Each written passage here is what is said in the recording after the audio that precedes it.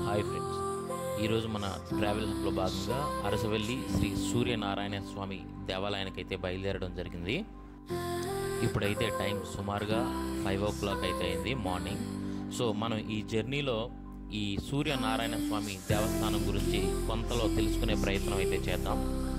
ఈ శ్రీ సూర్యనారాయణ స్వామి దేవాలయం శ్రీకాకుళం జిల్లాలోని శ్రీకాకుళం మండలం అరసవెల్లి అనే గ్రామంలో ఉంది. శ్రీకాకుళం పట్టణానికి సుమారు 1 కిలోమీటర్ దూరంలో గల ఈ గ్రామం శ్రీ సూర్యనారాయణ స్వామి దేవస్థానం ద్వారా చాలా ప్రసిద్ధిగాంచిందని చెప్పవచ్చు.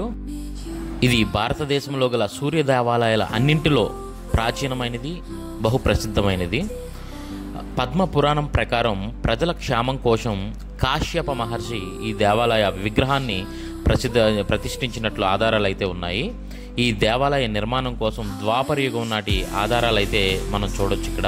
ఇక ఆలయ చరిత్రలోకి వెళ్ళినట్టయితే ఈ ఆలయంలో భాస్కరుణ్ణి అంటే సూర్య భగవాను పూజించిన వాళ్ళు అన్ని కష్టాలు తొలగి హర్షంతో వెళ్తారు, అంటే సంతోషంతో వెళ్తారు. కాబట్టి ఒకప్పుడు ఈ ఊరిని హర్షవల్లి అనేవారు. అదే కాలక్రమేణా అరసవల్లిగా మారింది. ఈ ఆలయం ముందుగా దేవేంద్రునిచే నిర్మింపబడిందని స్థల పురాణాలు అయితే చెప్తున్నాయి. కానీ చరిత్ర ఆధారాల ప్రకారం అయితే కళింగ రాజ్య పాలకులు తూర్పు గంగరాజుల్లో ప్రముఖుడైన దేవేంద్ర వర్మ క్రీస్తుశకం 545వ సంవత్సరంలో నిర్మించినట్టయితే తెలుస్తుంది. తరువాత అతని వారసులు 1వ దేవేంద్ర వర్మ సూర్యగ్రహణ సమయాన ఆదిత్య విష్ణువర్మ భానుశర్మలచే బ్రాహ్మణులకు అరసవెల్లితో పాటు మరికొన్ని గ్రామాలను దానం ఇచ్చినట్టు ఆలయ పరిసరాల్లోని శాసనాలు అయితే స్పష్టం చేస్తున్నాయి. ఈ అరసవెల్లి సూర్య దేవాలయం నిర్మాణం జరుగుతున్న రోజుల్లో దేవేంద్ర వర్మ హయాంలో అయితే జరిగింది. అప్పట్లో కళింగ దేశ రాజధానిగా శ్రీముఖలింగం ఉన్న రోజుల్లో ఇప్పలి అక్కన్న సూరన్న అనే ఒక ఇద్దరు సోదరులు రాజు దర్శనానికి వెళ్ళి తమకు సూర్యదేవుడు కల్లో కనిపించాడని చెప్పారు. ఆ సోదరుడు దైవభక్తిపై ఎంతో నమ్మకం కలిగినటువంటి ఆ రాజు అప్పటి నుండి వాళ్ళనే అర్చకులుగా నిర్మించారు. వారి వారసులే ఇప్పటికీ కూడా ఆలయ అర్చకులుగా అయితే కొనసాగుతున్నారు. క్రీస్తుశకం 1599వ సంవత్సరంలో హజరత్ కులీ కుతుబ్ షా ఈ శ్రీకూర్మం వరకు దండయాత్ర జరిపి అరసవెల్లి ఆలయాన్ని అయితే ధ్వంసం చేశారు. కానీ 16వ శతాబ్దంలో ఈ ప్రాంతానికి నిజాం నవాబు సుబేదార్గా వచ్చినటువంటి షేర్ మహమ్మద్ ఖాన్ తానే ఈ ఆలయాన్ని ధ్వంసం చేసినట్టుగా ఒక శాసనంలో అయితే చెప్పుకున్నారు. సో అతని వద్ద ఎంప్లాయీగా ఒక ఉద్యోగం పనిచేసినటువంటి సీతారామస్వామి అనే పండితుడు మహమ్మద్ ఖాన్ దండయాత్ర గురించి తెలుసుకొని ఆలయంలో మూల విరాట్ను ఒక బావిలో పడేశారంట. తర్వాత 1778లో యలమంచిలి పుల్లాజీ అనే వ్యక్తి ఆ బావిలో మూల విరాట్ను కనుక్కొని బయటికి తీసి ధ్వంసమనే ఆలయాన్ని పునర్నిర్మించడం, విగ్రహ ప్రతిష్ఠ చేయటం అనేది జరిగింది. ఆ సమయానికి నల్ల గ్రానైట్ శిలతో రూపొందించినటువంటి మూల విరాట్ విగ్రహం తప్ప మరి ఏ అవశేషం అనేది మిగలడం జరగలేదు. సో ఇప్పుడైతే మనం శ్రీకూర్మం అయితే ఇక్కడి నుంచి అయితే బయలుదేరుతున్నాం. పదండి. ఈ శ్రీకూర్మం దేవాలయం శ్రీకాకుళం నుండి 15 కిలోమీటర్ల దూరంలో గల శ్రీకూర్మం అనే గ్రామంలో అయితే ఉంది. ఇది శ్రీకాకుళం గార మండలంలో ఉన్న ఈ ఆలయం 2వ శతాబ్దానికి ముందు నిర్మించినట్లు చాలామంది అయితే నమ్ముతున్నారు. కానీ నిజానికి ఆలయం నిర్మించిన వారు ఎవరనేది ఇప్పటికీ తెలియదు. అయితే ఈ ఆలయం చోళ కళింగ రాజవంశం సమయంలో అభివృద్ధి అయితే చేయడం జరిగింది.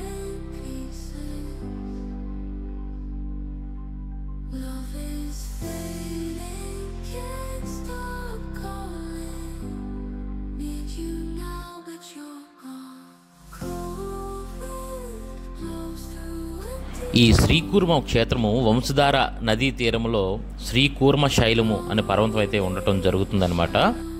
ఇక్కడ కౌటిల్య తీర్థం అనే పుష్కరణ అయితే ఉంది. ఈ తీర్థంలో స్నానం ఆచరించి విష్ణు పాదాలపై పిండ ప్రదానం చేసినటువంటి ఈ కౌటిల్య తీర్థంలో పితృార్పణ చేసినట్టయితే గయలో చేస్తే ఎంత పుణ్యం అయితే కలుగుతుందో అదే పుణ్యం ఇక్కడ కూడా వస్తుందని చెప్పేసి ఇక్కడ చుట్టుపక్కల వాళ్ళంతా నమ్ముతారనమాట.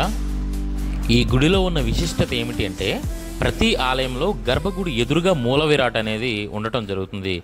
ఈ ఆలయంలో మాత్రం గర్భగుడిలో ఎడమ వైపుగా శ్రీ కూర్మనాథుని అవతారంలో శ్రీ మహావిష్ణువు భక్తుల్ని సాక్షాత్కరించడం అయితే జరుగుతుంది.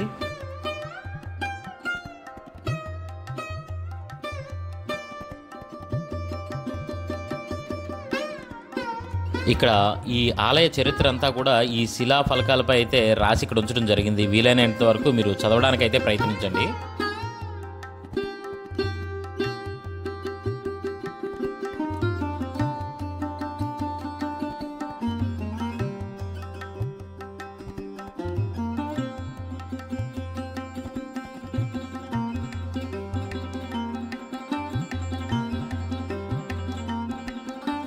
ఈ ఆలయానికి ఎదురుగా ఉన్నదాన్నే శ్వేత పుష్కరిణి అని పిలవడం అయితే జరుగుతుంది. ఈ శ్వేత పుష్కరిణిలో స్నానం ఆచరించి ఈ దేవుణ్ణి దర్శించుకున్నట్టయితే ఎంతో పుణ్యం అయితే కలుగుతుందని చెప్పేసి ఇక్కడ స్థల పురాణాలు అయితే చెబుతున్నాయి. సో వచ్చిన వాళ్ళు స్నానం అయితే కొద్దిగా కష్టంగా ఉంటుంది కాబట్టి ఇక్కడ మేమైతే కాళ్ళు చేతులు కడుక్కొని దర్శనానికి అయితే బయలుదేరడం జరిగింది. టికెట్ అయితే 20 రూపీస్ అయితే ఛార్జ్ చేశారు.